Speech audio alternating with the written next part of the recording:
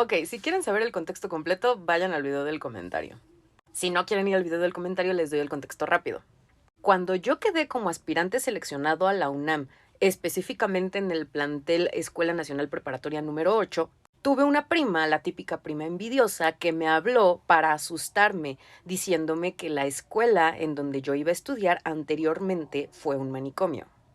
Por eso acá el compadre dice, quiso aplicar la de esta escuela antes era un panteón. Incluso por ahí hubo un comentario que decía, ay güey, al menos se hubiera inventado algo más original. Banda, es que aquí sí era en buen pedo. Aquí sí es real, güey, aquí sí es en serio. Si tú googleas, te vas a dar cuenta que el terreno en donde está construida Prepa 8, antes de ser Prepa 8, fue parte del terreno de lo que conformaba un manicomio. Y aparte, ¿qué manicomio, güey? Prepa 8 anteriormente conformaba parte de lo que conocíamos como el Hospital Psiquiátrico La Castañeda. Googleen tantito, es más, no googleen, aquí mismo en el buscador del video pongan Manicomio La Castañeda. Y se van a dar cuenta que el Manicomio La Castañeda era una película de terror en vida, güey. No solamente por el maltrato a los pacientes, sino porque ese manicomio se utilizaba para ocultar los oscuros secretos de lo que era la élite del país en cuanto a arte y política. De hecho, personajes como el papá de Juan Gabriel estuvieron internados ahí. Si alguna de las familias más poderosas e influyentes de la política y el arte mexicano tenía algún familiar que pudiera manchar su reputación por alguna enfermedad mental, iban y lo metían ahí, lo escondían, fingían que no existía y tan tan, no se habla de Bruno, güey. Y aparte, muchos de los internos ni siquiera eran enfermos mentales, sino que padecían de alguna adicción. Por ejemplo, incluso el papá de Juan Gabriel estuvo internado ahí por alcoholismo. No por esquizofrenia, ni TLP, ni nada de eso, no. Él estuvo internado en La Castañeda porque el señor era alcohólico. Se dice también que en alguna ocasión dejaron morir de hambre a un malecón completo, güey. Y finalmente el manicomio La Castañeda cerró sus puertas precisamente porque se les demostró a pacientes. Y tiempo después, parte de lo que conformaba ese manicomio fue donde se edificó la Escuela Nacional Preparatoria número 8. O sea, aquí sí es real. Aquí no es la pinche leyenda que te contaban tus amigos de esto aquí antes era un panteón. No, aquí neta antes era un manicomio, güey. Lo pueden googlear. De hecho, tuve un amigo que actualmente se dedica al cine, que estudió conmigo en esa prepa y uno de sus primeros proyectos amateur de grabación fue un cortometraje de terror de los fantasmas de la Castañeda que estaban en ese plantel, güey. Digo, obviamente es un cortometraje de bajo presupuesto, o sea, no esperen acá a Guillermo del Toro, pero, güey, incluso los estudiantes hacían videos amateur con actuación y personificación y todo de los fantasmas que se decía que vivían en el plantel, que eran los pacientes del manicomio La Castañeda. O sea, aquí sí era real, güey. Y me van a preguntar, porque ya sé que me van a preguntar si a mí nunca me pasó nada y si yo nunca vi nada. Sí, sí me llegó a pasar. No tan cabrón, ¿por qué? Porque yo iba en la mañana. Entonces, en la mañana son demasiados. O sea, en la mañana Prepa 8 siempre está atascada. Entonces, pues aunque pasen cosas, realmente no te das cuenta, porque está tan atascado que ni siquiera tienes chance de prestar atención. Pero tuve amigos que estudiaban en la tarde, que en la tarde es todo lo contrario. En la tarde el plantel está súper vacío, son de 4 a 6 alumnos por salón. Y decían que cuando el plantel ya estaba oscuro y vacío, que realmente no había gente, eran mucho más notorias las manifestaciones. Aunque, insisto, a mí nunca me tocó nada súper fuerte. A mí lo que me llegó a pasar fue en el teatro.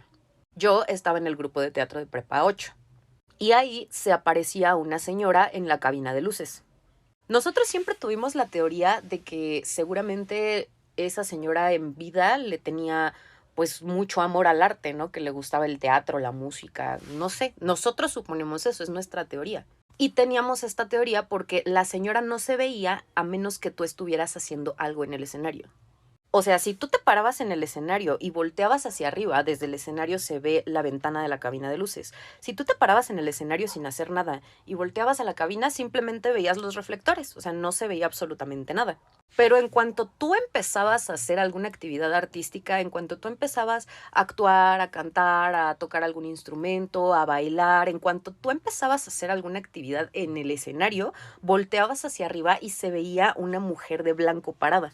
No se le veía la cara, se veía como si fuera la silueta de un vestido blanco y el cabello largo. Invariablemente, güey. Y no había un solo miembro en el club de teatro que no haya visto a esa señora. Siempre, siempre, siempre. No había ni una sola vez que tú te pararas a hacer en el escenario algo que no la vieras.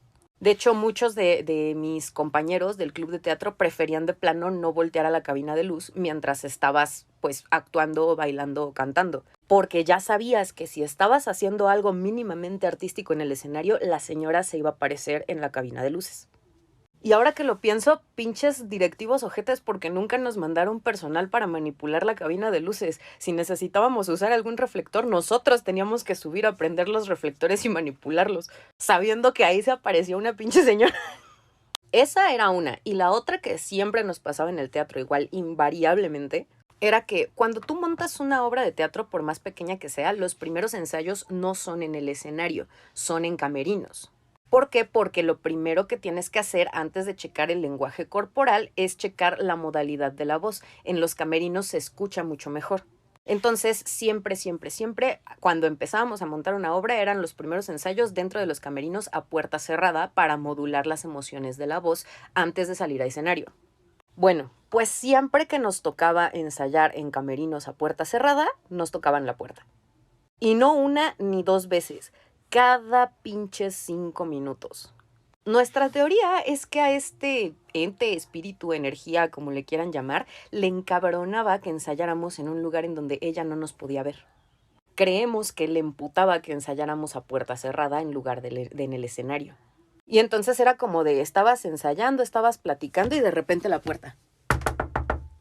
Porque aparte no tocaban quedito, tocaban fuerte, güey. O sea, sí se escuchaba en todo el pinche camerino el...